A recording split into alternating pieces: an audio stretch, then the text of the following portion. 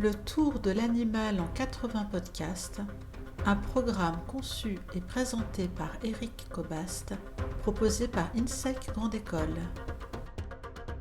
Saison 10, l'animal dans la littérature.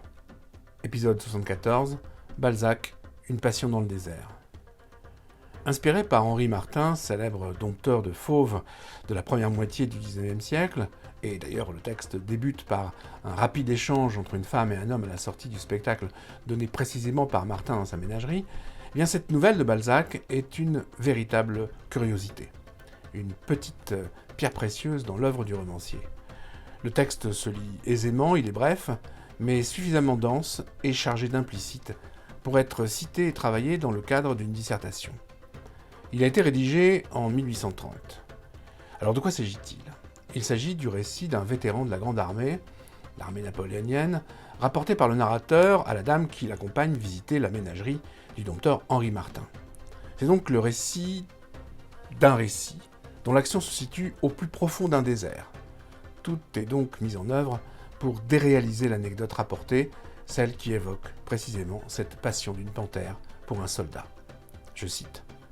Pendant la campagne d'Égypte, un jeune provençal qui participe à l'expédition du général de Zex dans la vallée du Nil est fait prisonnier. Il est conduit dans le désert, mais il réussit à s'échapper.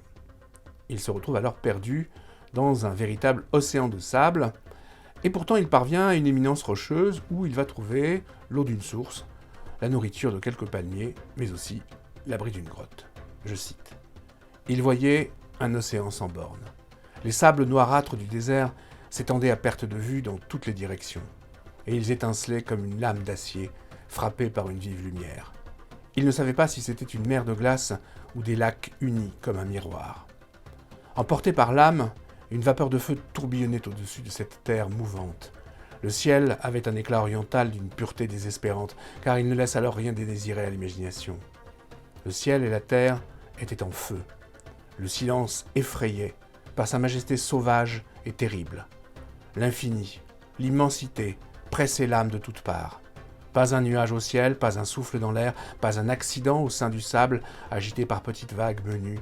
Enfin, l'horizon finissait, comme en mer, quand il fait beau, par une ligne de lumière aussi déliée que le tranchant d'un sabre.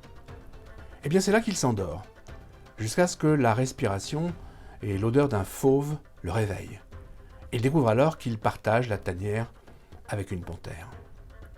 S'attendant à être dévoré, le soldat va constater, pourtant, que la bête le tolère, et qu'elle finit même par se prêter à ses caresses. Je cite. « Il aperçut un énorme animal, couché à 2 pas de lui. Était-ce un lion, un tigre ou un crocodile ?» Plus loin. Bientôt, les reflets de la lune qui se précipitaient vers l'horizon, éclairant la tanière, firent insensiblement resplendir la peau tachetée d'une panthère. Ce lion d'Égypte dormait, roulé comme un gros chien, paisible possesseur d'une niche somptueuse à la porte d'un hôtel.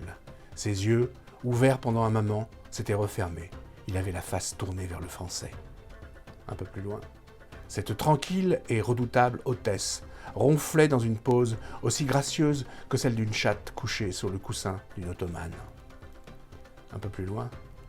Il conçut le fol espoir de faire bon ménage avec une panthère pendant toute la journée, ne négligeant aucun moyen de l'apprivoiser et de se concilier ses bonnes grâces. Il revint près d'elle et eut l'ineffable bonheur de lui voir remuer la queue par un mouvement presque insensible. Il s'assit alors sans crainte auprès d'elle, et ils se mirent à jouer tous les deux. Il lui prit les pattes, le museau, lui tortilla les oreilles, la renversa sur le dos, et gratta fortement ses flancs, chauds et soyeux. Vers la fin de la journée, il s'était familiarisé avec sa situation périlleuse, et il en aimait presque les angoisses. Enfin, sa compagne avait fini par prendre l'habitude de le regarder quand il criait en voix de fausset « Mignonne !» Au coucher du soleil, Mignonne fit entendre à plusieurs reprises un cri profond et mélancolique. On l'a bien compris, la panthère se trouve totalement personnifiée. Au fil des jours, le soldat s'en fait presque une amie, si douce et si coquette qu'elle lui rappelle une femme qu'il aimait. Et le texte, d'ailleurs, sur ce plan, va toujours demeurer dans l'implicite. Balzac ajoute « Elle a une âme, dit-il, en étudiant la tranquillité de cette reine des sables, dorée comme eux, blanche comme eux, solitaire et brûlante comme eux. » Ici s'arrête la partie du récit rédigée par le narrateur à l'intention de sa compagne. Celle-ci demande alors à en connaître l'issue. Comment s'est terminée cette idylle entre cette panthère improbable et le soldat napoléonien. Le narrateur lui rapporte alors la fin de la confidence du vétéran. Un geste malheureux, un malentendu, va précipiter cette fin. Se croyant attaqué, le soldat plonge son poignard dans le cou de celle qu'il appelait mignonne, dont, une fois sauvé par ses camarades, il gardera éternellement la nostalgie. Je cite.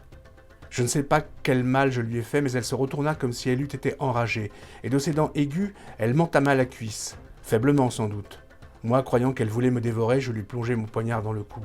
Elle roula, en jetant un cri qui me glaça le cœur. Je la vis se débattant en me regardant sans colère. J'aurais voulu par tout au monde, pour ma croix, que je n'avais pas encore lui rendre la vie.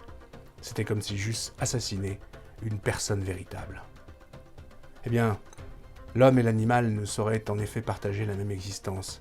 C'est ce que nous dit Balzac. Et ce couple-là, ce couple du soldat et de la panthère, eh bien c'est une utopie.